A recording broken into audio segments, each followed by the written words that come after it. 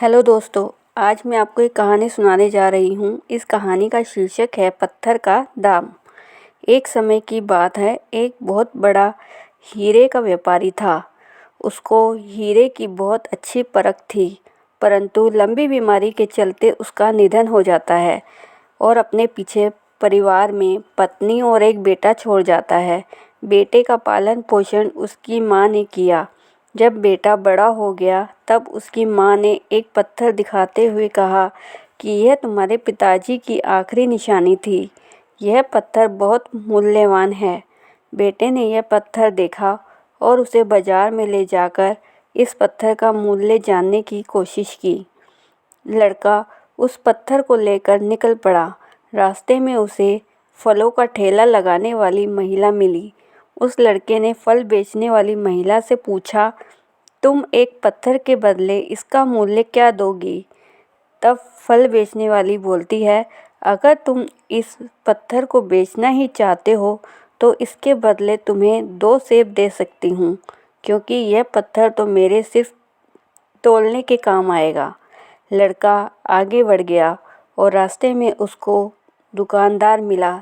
लड़के ने दुकानदार से कहा कि तुम इस पत्थर के बदले मुझे कितना पैसा दे सकते हो? क्या मैं जान सकता हूँ?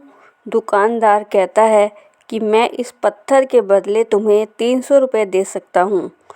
दे सकते हो तो दे दो, वरना कहीं और जाओ। यह सुनकर लड़का फिर आगे निकल गया। अब की बार लड़का गहनों की दुकान पर गया और पूछा, इस पत्थर को मुझे तुम क्या मूल्य दे सकते हो? तब सेठ ने कहा, ज़्यादा से ज़्यादा मैं इसका मूल्य 50,000 दे सकता हूँ। लड़का चुपचाप वहाँ से निकल गया। फिर वह लड़का एक हीरे की दुकान पर पहुँचा। लड़के ने फिर से वही सवाल पूछा। हीरे के व्यापारी ने कहा कि मैं इसका दाम तुम्हें 2 लाख दे सकता हूँ। लड़का फिर आगे निकल गया। अब वह हीरों के उच्चतम व्यापारी के पास पहुँचा और कहा, कृपया करके मुझे इस पत्थर का दाम बता दीजिए।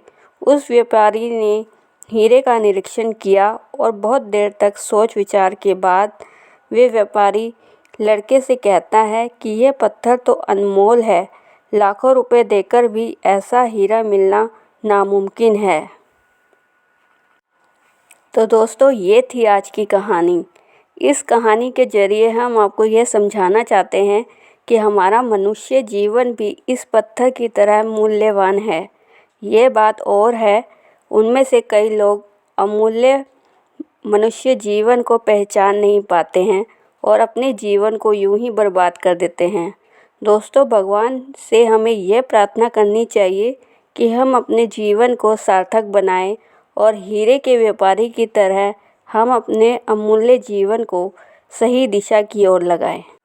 तो दोस्तों, आशा करती हूँ आपको ये कहानी अच्छी लगी होगी।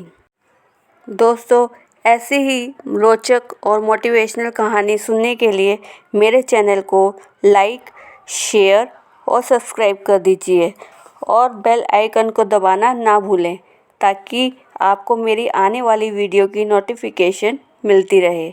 धन्यवाद।